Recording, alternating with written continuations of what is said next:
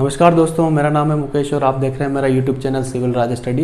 इस पर आपको डिप्लोमा के लिए और इंजीनियरिंग के लिए टेक्निकल वीडियोस मिलते हैं। अभी अपन इंजीनियरिंग मैकेनिक्स के टॉपिक्स देख रहे हैं, जिसमें अपन ने फोर्स के बारे में पढ़ लिया था और समांतर चतुर्भुज का नियम पढ़ लिया था जो दो बलों के लिए लागू था। और उसके बाद अपन ने सदिश अदिश राशियाँ पढ़ ली थी और समांतर चतुर्भुज के न्यूमेरिकल भी देख लिए थे। लास्ट टॉपिक अपन ने बलों की विजन पर बनाया था, जो आपने देखा होगा तो आपको अच्छा लगा होगा। और आज का जो टॉपिक अपना क्या है, लामी थ्योरम, यानी कि लामी प्रमेय। जैसे समांतर चतुर्भुज का नियम दो बलों के लिए लग रहा था, वैसे ही किसी वस्तु पर अगर तीन बल लग रहे हो तो उस केस में जो कैलकुलेशन अगर अपन करनी हो तो उसके लिए अपन थ्योरम क्या लगाते हैं, लामी की थ्योरम। इसके जैसे अपने पास समांतर चतुर्भुज के लिए स्टेटमेंट था एक कि दो बल लग रहे हों, उनका विकर्ण उनके परिणामी बल को व्यक्त करेगा, वैसे ही लामी थ्योरम के लिए भी अपने पास एक स्टेटमेंट है छोटा सा। वो स्टेटमेंट क्या है वो देखिए आप, कथन, हिंदी में क्या बोलते हैं, कथन क्या है, मतलब जो थ्योरम दी गई है उसको वर्ड्स के अंदर कैसे लिखते हैं वही उसका कथन हो जाएगा। तो कथन में ये बताया गया है कि यदि किसी वस्तु पर तीन बल, बलों का ध्यान रखना, कितने बल लग रहे हैं, तीन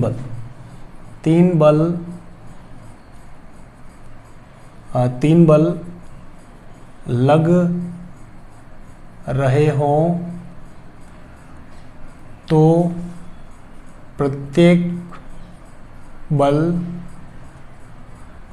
शेष दो बलों के मध्य कोण के साइन के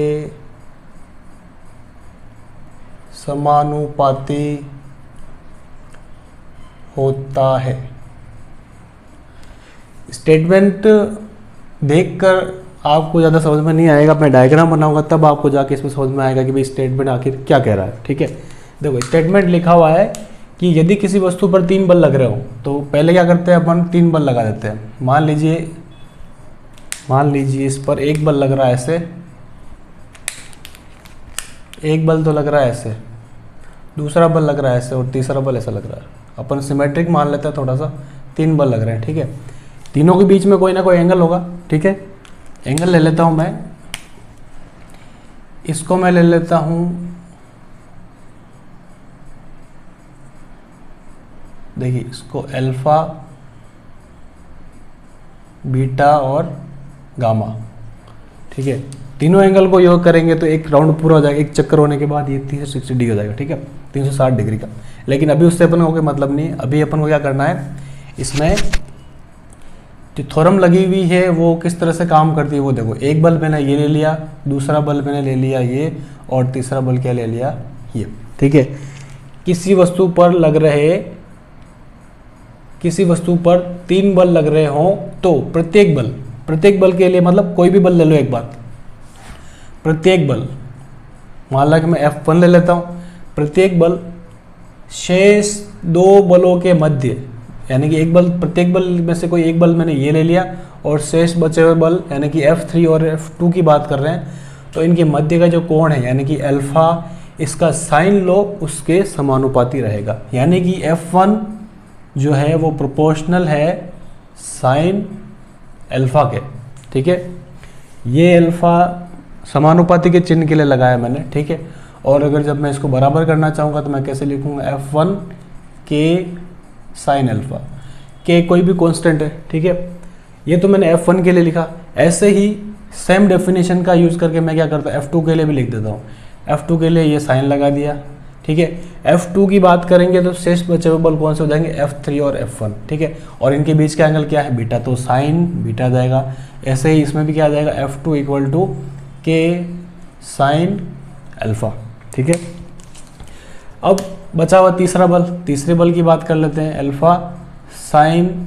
अब F3 के बाद जो शेष बचे बल कौन से, F1 और F2, तो यानी कि इनके बीच का एंगल अपने पास गामा ले लिया अपन ने। इससे अपने पास क्या आ जाएगा, F3 इक्वल टू के साइन अल्फा। ठीक है, सब में से क्या करो, देखो मैं क्या कर सकता हूँ, के बराबर क्या लिख सकता हूँ, के की वैल्यू इसको यहाँ ट्रांसफ़र कर दो, F1 अपॉन साइन अल्फ़ा। इसके लिए भी क्या आ जाएगा मेरे पास, के equal to F2 upon sine beta, और इसके लिए भी क्या आ जाएगा मेरे पास, F3 साइन गामा।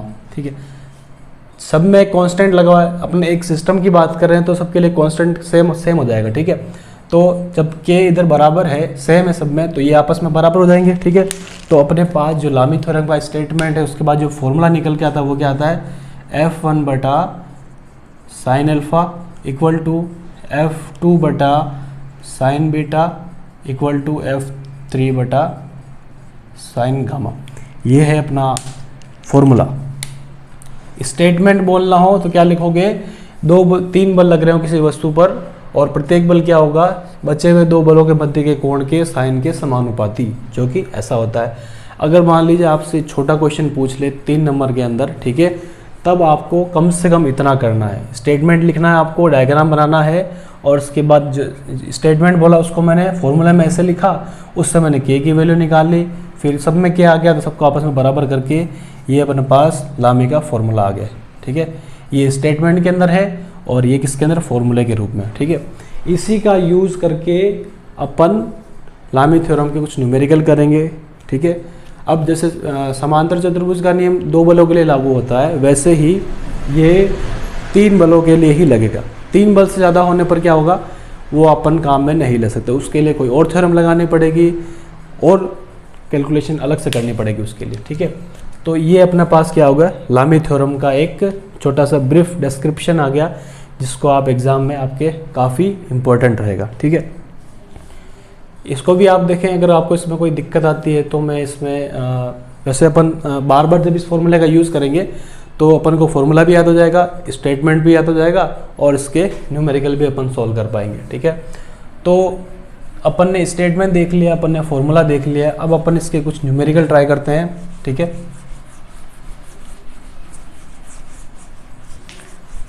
देखिए न्यूमेरिकल लेते हैं अपन।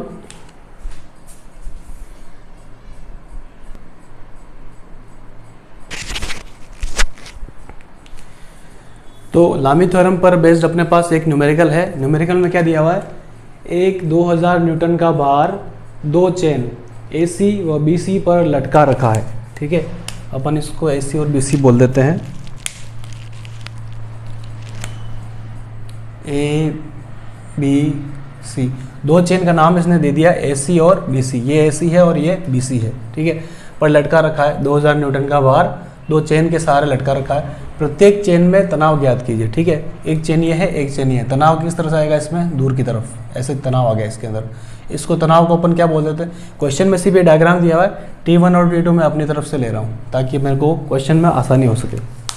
ठीक है, इतना सा क्वेश्चन है, T1 और T2 अपन को ज्ञात करना है लामी थ्योरम का यूज। जहाँ पे भी आप 3 बल देख लो वहाँ पर फटाफट क्या करो, लामी थ्योरम लगा दो। ठीक है, तो एक तो अपन थ्योरी देखते हैं, उसके अंदर डेरिवेशन देखते हैं, फॉर्मूला देखते हैं, तब अपन को एग्जैक्ट आइडिया नहीं लग पाता कि अपन को उस फॉर्मूले के अंदर न्यूमेरिकल को यूज़ करके कैसे करना है, मतलब न्यूमेरिकल में फॉर्मूला के यूज़ करके कैसे काम करना है। तो एक न्यूमेरिकल छोटा सा लिया, बिल्कुल बेसिक न्यूमेरिकल लिया है। ठीक है, ऐसा न्यूमेरिकल आपके 3 नंबर में आपके आ सकता है। तो ऐसे को सोल्व करने के लिए क्या करना, देखो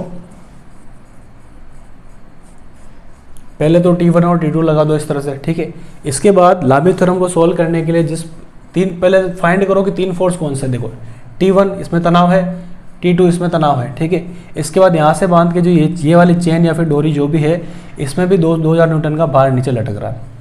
भार भी एक प्रकार का बल है, ये आप ध्यान रखें। कोई पूछ ले आपसे कि भार क्या है, तो वो भी एक प्रकार का बल है, तो उसकी यूनिट भी क्या होगी, उसकी यूनिट भी वही होगी जो बल की यूनिट है। तो 2000 न्यूटन हो गया अपने पास। ठीक है, तो अब मेरे पास एक बल ये रहा, एक बल ये रहा और एक बल ये रहा। आप इनको रस्सियाँ नहीं समझे, इनको आप तनाव समझे, एक इसमें, एक इसमें और एक इसमें। तो 3 बल आ गए, तो इसका मतलब मेरे को अब लामी थ्योरम लगानी है। ठीक है, तो सबसे पहले मैं क्या करता हूँ, लामी थ्योरम लगा देता हूँ। ठीक है, लामी थ्योरम लगाने के लिए देखो, पहला फोर्स अपने पास T1 लिया, तो एंगल कौन सा होना चाहिए, ये वाला। ठीक है,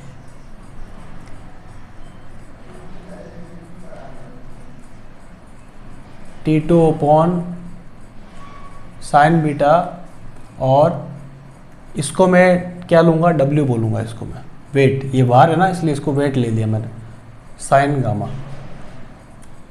ठीक है, अब मेरे पास अल्फ़ा बीटा और गामा यानी कि T1 के सामने अल्फ़ा, T2 के सामने बीटा और इसके सामने जो गामा है, ये तीनों एंगल मेरे पास नहीं है। ठीक है, तो इस पूरी थ्योरम के अंदर आपको सिर्फ यहीं पर दिक्कत आएगी जब एंगल आपको नहीं दिए हो, लेकिन इससे ऊपर यहाँ पर एंगल दिए हुए और यहाँ पर मैं देख रहा हूँ कि एक मेरे पास त्रिभुज बन रहा है और त्रिभुज के लिए मेरे को पता है कि तीनों कोणों का योग 180 होता है। उसी का यूज़ करके मैं ये वाला एंगल क्या निकाल सकता हूँ, देखिए 60 और 30 मिला कितना हो गया, 90 हो गया।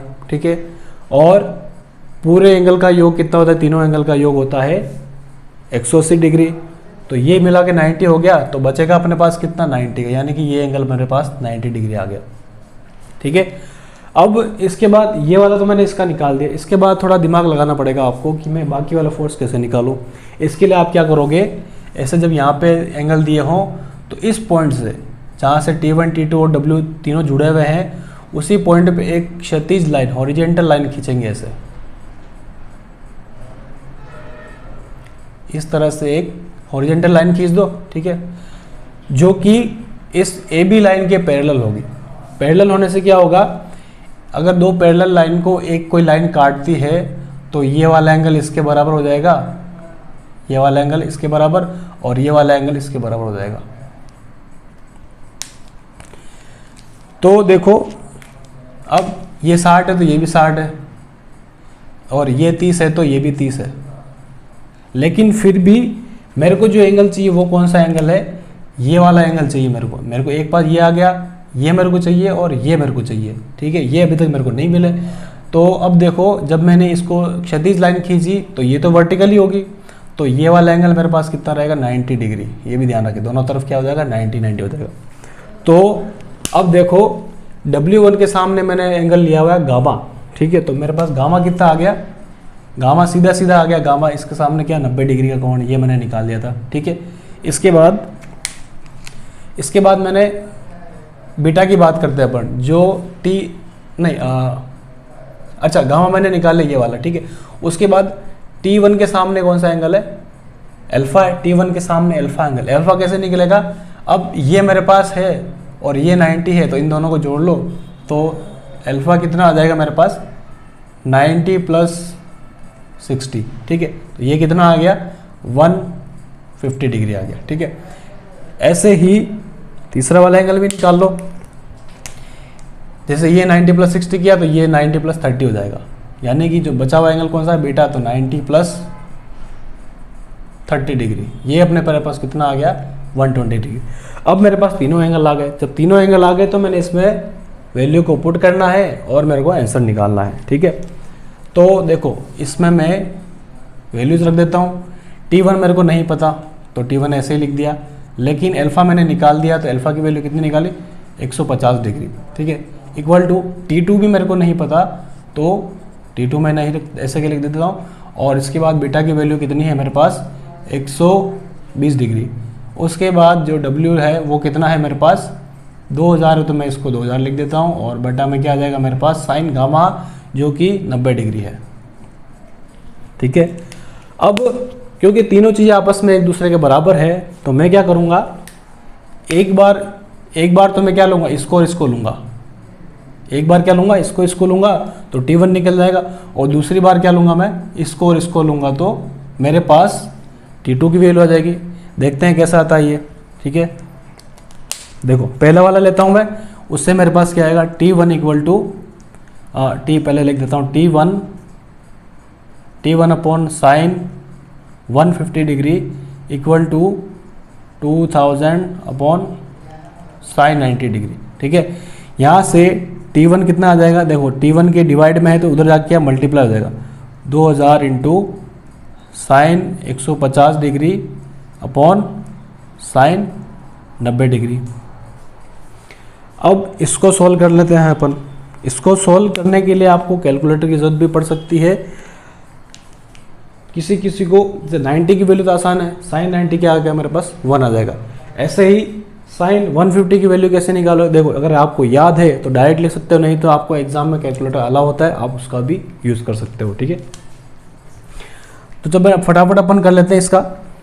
देखो 2000 इंटू साइन 150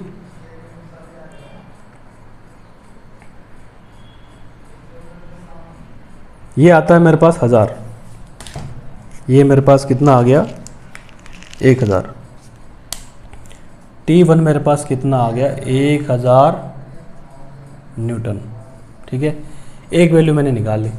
ठीक है, देखो अगर आपको 0, 30 degree, 45 degree, 60 degree, 90 degree, 120 degree, 135 degree, 150 degree, इनकी वैल्यूज पता है तो ये क्वेश्चन और आसानी से हो जाएगा। ठीक है, अच्छा मैंने तो कैलकुलेटर से किया, लेकिन फिर भी अगर आपको मान लो आसानी से बताना हो तो देखो इसका मान क्या होता है? हाफ, क्योंकि साइन सेकंड क्वाड्रेंट में है तो इसकी वैल्यू क्या आएगी? हाफ, और इसका आएगा 1। 2000 से कटेगा तो क्या बचेगा मेरे पास? 1000 बचेगा। ठीक है, एक आंसर आ गया मेरे पास। दूसरे की बात करते हैं, दूसरा वाला पॉइंट लेता हूँ मैं। ठीक है, दूसरे में मेरे को T2 बटेवा sine 120 equal to 2000 divided by sine 90। ठीक है, सिमिलर केस में क्या रहेगा? T2 क्या आ जाएगा मेरे पास? 2000, और जो इधर मेरे पास डिवाइड हो रहा है वो इधर आके मल्टीप्लाई हो जाएगा साइन 120 डिग्री। ठीक है, और नीचे आ जाएगा साइन 90 डिग्री। ठीक है, इसके बाद देखो इसमें भी आपको डायरेक्ट लिखने में तो देखो मैं ऐसे लिख दूंगा 2000 गुणा इसकी वैल्यू आती है √3/2।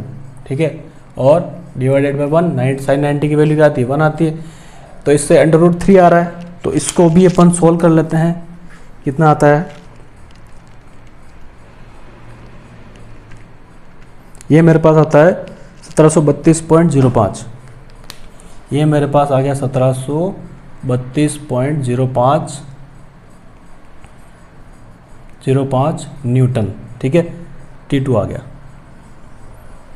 बहुत आसान है, आपको अगर फॉर्मूला पता है, फॉर्मूले में अल्फा कौन सा है बीटा कौन सा, अगर ये निकाल लो आप, थोड़ी सी कैलकुलेशन यहाँ करनी पड़ेगी, बाकी आपको पूरे में से पूरे नंबर मिल सकते हैं। छोटा सा फॉर्मूला है और यहाँ पे छोटी सी कैलकुलेशन। उसके बाद सिर्फ एक बार क्या करो, T1 को इसके बराबर रखो और दूसरा T2 को इसके बराबर रखो। लामी थ्योरम के सारे न्यूमेरिकल इसी तरह से होते हैं। थोड़ा सा जो ये स्ट्रक्चर दिया हुआ है ये थोड़ा सा अलग हो सकता है, बाकी कैलकुलेशन करने का तरीका, एंगल निकालने का थोड़ा सा वेरिएशन आपको पता होना चाहिए।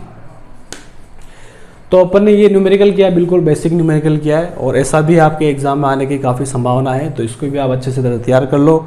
इसका स्टेटमेंट देख लो, इसका डायग्राम में अपन को एंगल्स कैसे निकालने हैं वो देख लो, और ये आने के बाद अल्फा कहाँ आएगा, बीटा कहाँ आएगा, और तीनों एंगल कहाँ कहाँ लिखना है वो भी ध्यान रखें आप। उसके बाद T2 और T1 निकाल दो। ठीक है, हर एक क्वेश्चन के अंदर T1 T2 ही आपको निकालना पड़ेगा, W आपको दिया होगा, इसी पैटर्न के क्वेश्चन आपके आएंगे। ठीक है, तो लामी थ्योरम पर अपन ने एक न्यूमेरिकल कर लिया है, सिंपल से स्टार्ट किया। इसके बाद 3-4 न्यूमेरिकल और करेंगे जो थोड़े अप लेवल के होंगे, जिससे एग्जाम में आपके हार्ड लेवल के आप तैयार करोगे तो आपके आसानी से कर पाओगे आप क्वेश्चन। ठीक है, तो इस चैप्टर को यहीं पर ख़त्म करते हैं। ठीक है, आगे वाले यूनिट में अपन कुछ न्यूमेरिकल और करेंगे। ठीक है, धन्यवाद।